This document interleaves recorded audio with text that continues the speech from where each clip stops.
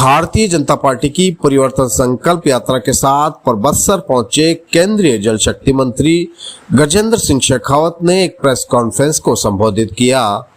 Press conference में उन्होंने मुख्यमंत्री अशोक गहलोत के नेतृत्व वाली कांग्रेस सरकार पर जमकर हमले बोले।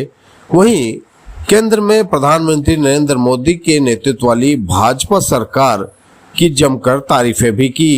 इस दौरान उन्होंने पूर्व सांसद ज्योति मिर्धा के भाजपा की सदस्यता ग्रहण करने और पूर्व स्पीकर कैलाश मेघवाल और जोधपुर से विधायक सूर्यकांता व्यास के मुख्यमंत्री अशोक गहलोत से नजदीकियों के बारे में पूछे गए सवालों का भी बखूबी जवाब दिया। क्या कहा प्रेस कॉन्फ्रेंस में केंद्रीय मंत्री गजेंद्र सिंह शेखावत ने, आप वीडियो देखिए। वर्तमान की राजस्थान सरकार के विरुद्ध आज जनता में भयानक आक्रोश है। इस आक्रोश को परिवर्तन के संकल्प में परिवर्तित करने के लिए और वर्तमान सरकार को उखाड़ फेंकने के दृष्टिकोण से वायुमंडल बनाने के लिए भारतीय जनता पार्टी ने प्रदेश के 4 कोनों से 4 अलग अलग यात्राएं आयोजित की हैं, जो प्रदेश के सभी 200 विधानसभा क्षेत्रों में जाने वाले हैं। जिस तरह का जन समर्थन यात्रा को मिला है, जिस तरह का अभूतपूर्व स्वागत यात्रा का किया गया, जिस तरह से हजारों की संख्या में लोग यात्रा की सभाओं में, जनसभाओं में एकत्रित होते हैं, ये इस बात का परिचय है कि लोगों ने परिवर्तन का मानस बना लिया है। वर्तमान की राजस्थान की सरकार एक तरफ किसानों के साथ में वादा खिलाफी करते हुए राजस्थान के किसान को खून के आंसू रोने के लिए मजबूर किया है। ये सरकार युवा विरोधी भी है। युवाओं के साथ जिस तरह का छलावा राजस्थान में हुआ,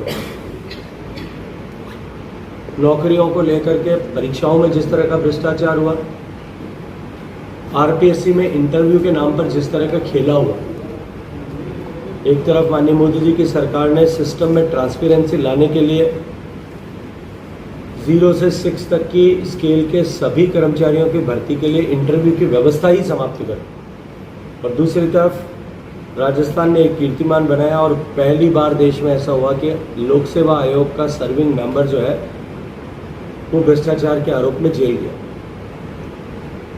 सरकार के कई नेता सरकारी पार्टी के और सरकार में जो पार्टी है कांग्रेस पार्टी, उसके मंत्री पद का दर्जा प्राप्त व्यक्ति तक जेल पहुंचे। अभी तो जांच कुछ कदम चली है, कुछ कदम और जांच जिस दिन चलेगी, मैं जिम्मेदारी के साथ में कहता हूं कि युवा शक्ति को न्याय मिले। इस दृष्टिकोण से भारतीय जनता पार्टी की सरकार बनने के बाद में जब समुचित जांच होगी, जिस तरह के आरंभिक सूत्र दिखाई देते हैं, उनके आधार पर मैं कह सकता हूं कि एक बहुत बड़ा घोटाला जिसमें पार्टी के, कांग्रेस पार्टी के बहुत बड़े नेता जो कलफ का कुर्ता पहन करके ऊंची आवाज में बात करते हैं, ऐसे बहुत लोग जेल जाने वाले।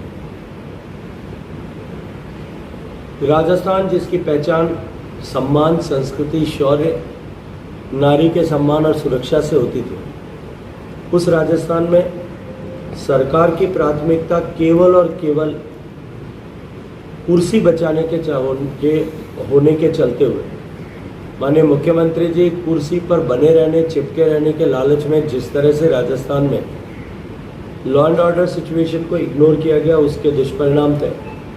एक तरफ राजस्थान में माफिया तंत्र हावी हुआ, अलग अलग तरह के माफिया पैदा हुए, भूमि माफिया, शराब माफिया, बजरी माफिया, अफीम माफिया, मंदिर की जमीन हड़पों माफिया, डीजल माफिया से लेकर के माइनिंग माफिया तक अनेक तरह के माफिया राजस्थान में पनपे। उनके बीच हुई गैंग वॉर्स में लगभग 7,000 से ज़्यादा निर्दोष लोगों की हत्याएं हुई।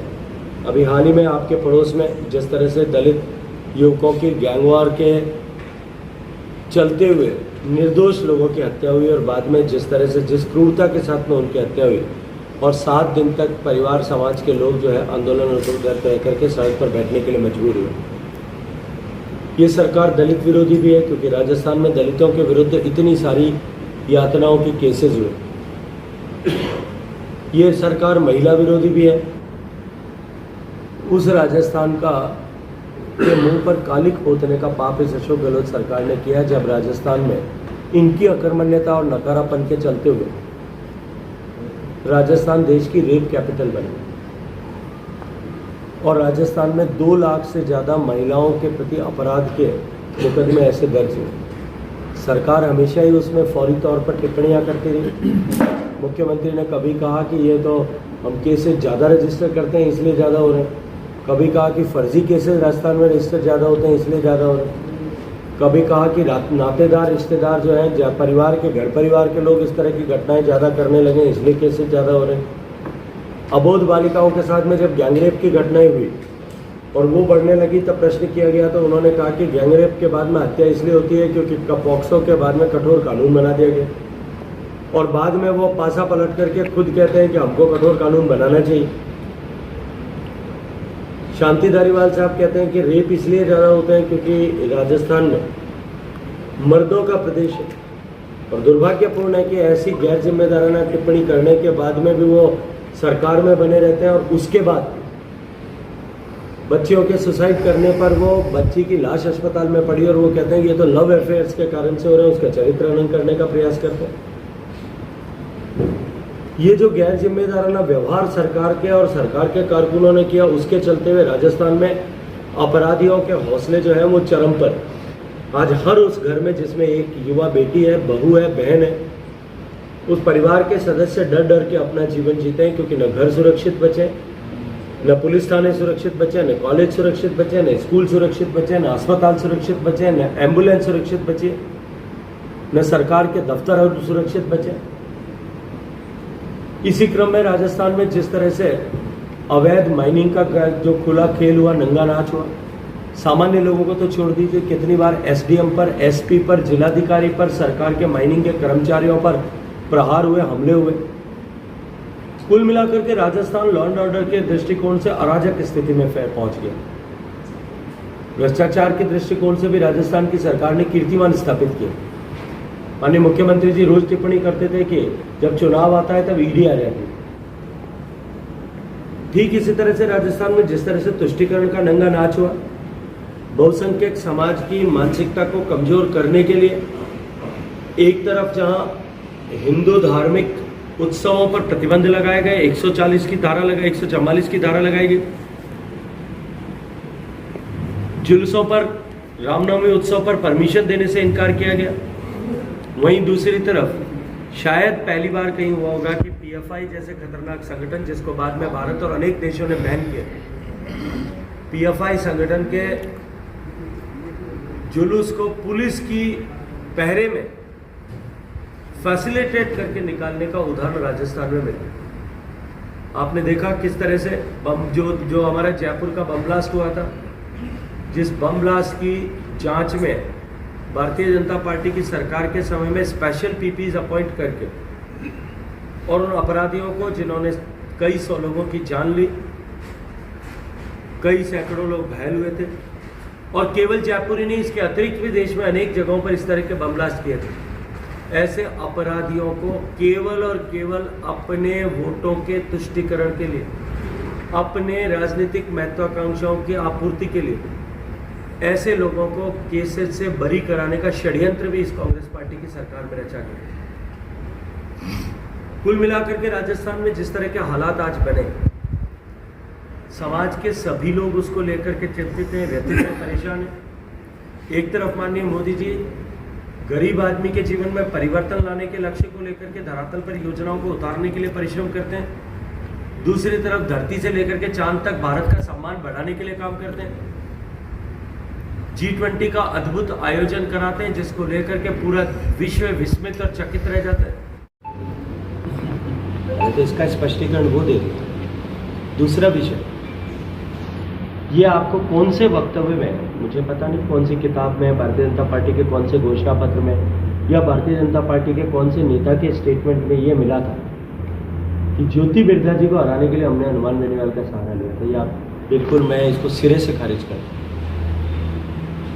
भारतीय जनता पार्टी का कुनबा जो भारतीय जनता पार्टी के नेतृत्व में विश्वास रखे, भारतीय जनता पार्टी की रीति नीति पर चलने के लिए तैयार हो और भारतीय जनता पार्टी की विचारधारा के रास्ते पर चलने के लिए तैयार हो, ऐसे हर सक्षम चाहे वो धरातल पर काम करने वाला छोटा कार्यकर्ता से लेकर के वरिष्ठ कार्यकर्ता तक राजनीतिक क्षेत्र का किसी भी पार्टी का, वो अगर इन विषयों के साथ में जुड़ करके भारतीय जनता पार्टी में आता है तो निश्चित रूप से एक राजनीतिक दल होने के नाते हम उसका बाहें पसार करके स्वागत करते हैं और उसकी क्षमता के अनुरूप वो आगे बढ़ सके। इस ऐसा अवसर भारतीय जनता पार्टी में सबको बराबरी से मिले। तो मूल कार्यकर्ता हैं, फिर वो क्या प्रचार ही करेंगे क्या? भारतीय जनता पार्टी एकमात्र ऐसी पार्टी है जिसका जो वर्तमान का राष्ट्रीय अध्यक्ष है वो बूथ के लेवल से प्रारंभ हुआ। मेरे जैसे ऐसे आपको हजारों लोग देखने को मिलेंगे जिन्होंने भारतीय जनता पार्टी में स्क्रैच से शुरू किया था, जिनका कोई पॉलिटिकल बैकग्राउंड नहीं। भारतीय जनता पार्टी में ऐसे लाखों लोग ढूंढे जा सकते जिन्होंने एक सामान्य सदस्य के नाते अपनी यात्रा प्रारंभ की होगी और आज राजनीति के उत्कर्ष पर पहुंचे होंगे। मोदी जी की कैबिनेट को उठा करके देख ले, उसमें भी 2/3 से ज़्यादा ऐसे लोग होंगे जो जीरो से उठ करके आज इस मुकाम तक पहुंचे हैं। इसलिए भारतीय जनता पार्टी में मात्र इस तरह के लांछन लगा देना, मुझे लगता है कि राजनीति से प्रेरित होकर के लोग चर्चा करें वहाँ तक ठीक है, लेकिन मेरे पत्रकार मित्र भी करते हैं तो मुझे नहीं, लांछन नहीं है, लेकिन जो 5 साल तक मेहनत कर रहा है उसकी आप टिकट काट के जो आया है ताज़ा उनको टिकट देंगे तो क्या ये लांछ? ये आपने कहाँ से निश्चित कर लिया कि किसी को टिकट मिलने वाला है? तो आप दावा कर रहे हैं कि नहीं दोगे? टिकट तय करना पार्लियामेंट्री बोर्ड का काम। कौन व्यक्ति कहाँ जीत सकता है, कौन व्यक्ति कहाँ उपयोगी हो सकता है, किस व्यक्ति का संगठन में उपयोग है, किस व्यक्ति का सरकार में उपयोग है, किस व्यक्ति का सदन में उपयोग है, ये तय करना ऊपर के लोगों का काम है। हर व्यक्ति को उसकी क्षमता के अनुरूप काम मिले, ये भारतीय जनता पार्टी का मूल मंत्र है, तभी हमारा परिवार इस तरह से बढ़ता है। ठीक है, कैलाश मेघवाल जी और सूर्यकांता जी दोनों की उम्र अब 90 के लगभग पहुंच गई। मैं नहीं कहता, प्रेमचंद जी ने किताब में लिखा था अपनी एक स्टोरी में कि बुढ़ापा बहुधा बचपन की पुनरावृत्ति है और बचपन में कुछ ऐसी गलतियाँ हो जाती हैं। तो आडवाणी जी वगैरह सब आप इसी कैटेगरी में मानते हो, तभी उन्हीं को आपने साइड में रख दिया? किसने साइड में? अभी कहाँ हैं आडवाणी जी? भारतीय जनता पार्टी में एक निश्चित उम्र के बाद भाजपा नित्य नूतन नए लोग आते रहे, नए लोगों को अवसर मिलता रहे।